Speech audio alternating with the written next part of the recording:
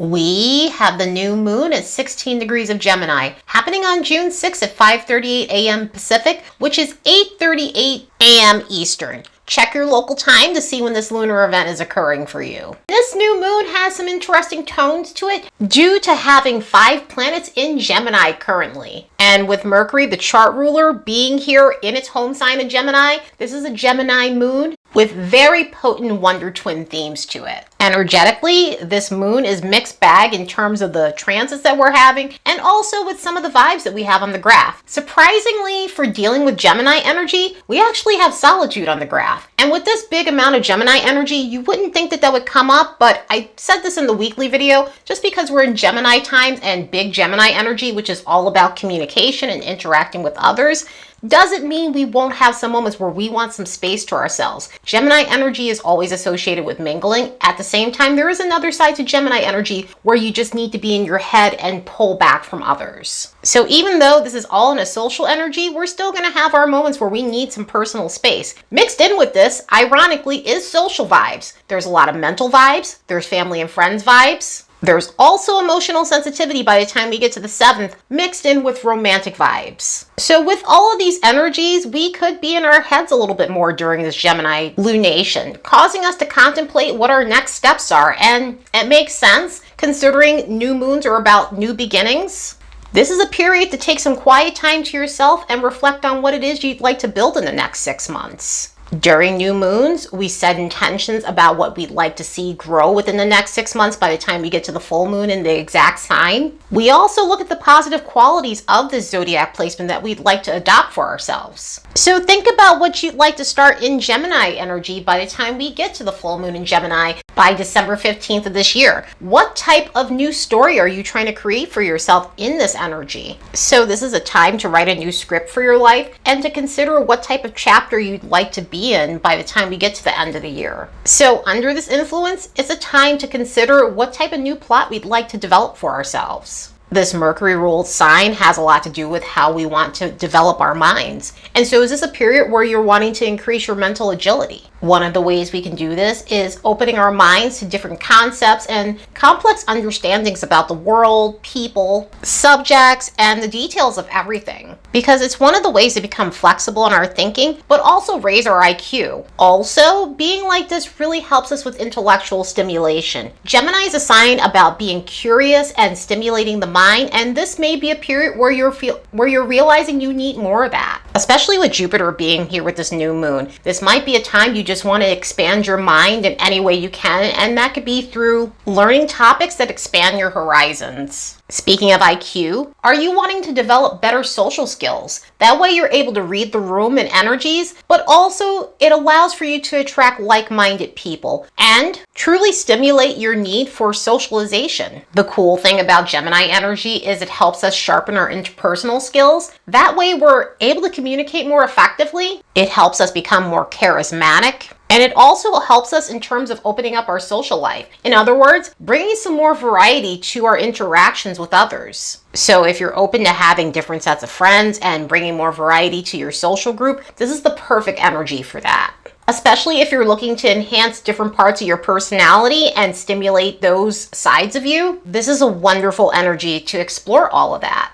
With Gemini being a flexible sign, is this a period where you're not wanting to put all of your eggs in one basket? And this can be various different forms of life. This could be within your career. This could be, again, the social groups that I was talking about. This could also be romantically. So this might be a time where you're realizing that you need to open up your options when it comes down to the career you want, or more so having multiple sources of income. Dating-wise, this might be a period to be more open and curious and not throwing yourself all in when it comes down to a romantic situation because you're wanting to vet the best person for the job. So you're leaving your options open. Another area that we could be exploring in terms of opening up our options is our immediate environment. Are you happy in the environment that you're in? Sometimes this doesn't have to be about a move, although it can be. Gemini is one of the travel signs, just like Sagittarius, except in Gemini, we look at our immediate environment. We look at our local scene to see if it suits us. So for some people, this might be about getting involved with your local scene more, exploring your town and your city and seeing what it has to offer you. More or less maybe rediscovering your love for the city that you live in. For others, maybe it's moving out of a neighborhood that you currently live in because it's just not for you and it doesn't fit your vibe whatsoever. So this might be a phase to do some research about a better part of town that's going to suit your vibes overall. And even though we deal with the local stuff, sometimes with Gemini energy is travel by car, and that might be the next town over or a few states away or another location within your vicinity. One of the biggest reasons why we look at these types of things with Gemini, because it's about being light. It's about being the type of person that needs upbeat things in their life, connecting with our youthful side, and really just letting things roll off our back and not sweating the small stuff. So when Gemini energy gets heavy, it really does seek other ways to mellow out and just have fun. So this could be a period of your life where you're just really trying to become lighter in your energy and not be bogged down by heavy things or heavy people or heavy scenery, because you're at a point where you need witty banter, you want to connect with your lively side, you want more fun interactions in your life, or just letting go of anything that's a total buzzkill to your youthful side. Let's look at these transits and see what we can expect with this lunar event.